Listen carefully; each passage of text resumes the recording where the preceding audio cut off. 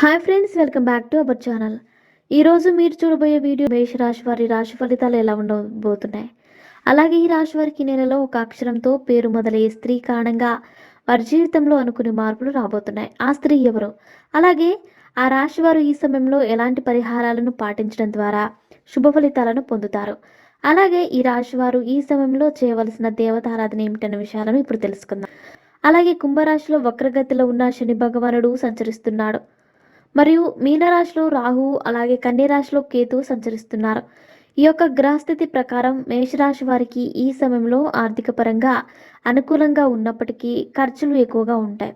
అంతేకాకుండా ఈ రాశి వారు ఈ సమయంలో అనవసరమైన విషయాల్లో డబ్బులు ఎక్కువగా ఖర్చు పెడుతూ ఉంటారు. అలాగే ఈ రాశి గల ఉద్యోగస్తులకు ఈ సమయంలో పని ఒత్తిడి ఎక్కువగా ఉంటుంది. అంతేకాకుండా వీరికి ఈ సమయంలో వారి శ్రమకు తగ్గ ప్రతిఫలం కూడా రాదు. అలాగే ఈ రాశి వారికి ఈ సమయంలో వారి యొక్క గ్రహస్థితి అనుకూలంగా లేని కారణంగా కుటుంబ పరంగా సమస్యలను ఎదుర్కొంటారు.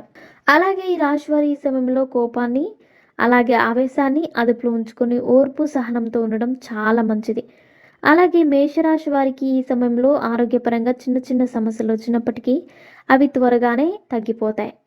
అలాగే ఈ రాశి గల విద్యార్థులకు ఈ సమయంలో అనుకూల ఫలితాలు ఉండడం వల్ల వారు రాసే పోటీ పరీక్షలలో మంచి మార్కులను సాధిస్తారు. అలాగే ఈ రాశి గల వ్యాపారస్తులకు ఈ సమయంలో మిశ్రమ ఫలితాలు ఉంటాయి. అంతేకాకుండా ఈ రాశి గల వారు ఎవరైతే భాగస్వామి వ్యాపారాలు చేస్తున్నారో వారికి ఈ సమయం ఎంతో అనుకూలంగా ఉంటుంది. అందువల్ల మీరు చేసే వ్యాపారంలో మంచి లాభాలను పొందుతారు.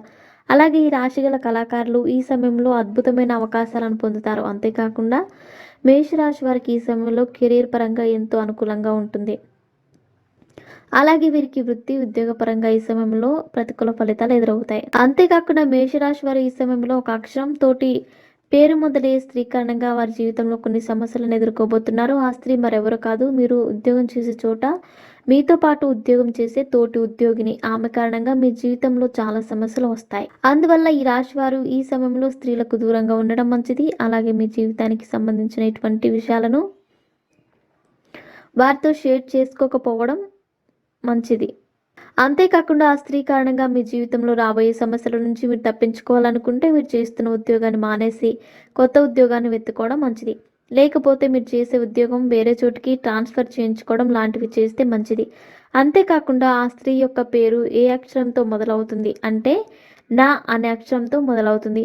ఆ అక్షరంతో మొదలయ్యే స్త్రీలకు మీరు ఈ సమయంలో దూరంగా ఉండడం ఎంతో మంచిది. అంతేకాకుండా మేషరాశి వారు మరెన్నో శుభ ఫలితాలను పొందడానికి ప్రతి మంగళవారం ఆంజనేయ స్వామిని పూజించాలి. అలాగే ప్రతిరోజు లలిత సహస్రనామాలను పారాయణం చేయడం ద్వారా మీ జీవితంలో వచ్చే సమస్యలను పరిష్కారం అవుతాయి. సో ఫ్రెండ్స్, చూసారుగా, ఇలాంటి మరిన్ని విషయాలను మీరు తెలుసుకోవాలనుకుంటే వెంటనే మా ఛానల్ని సబ్స్క్రైబ్ చేసుకోండి.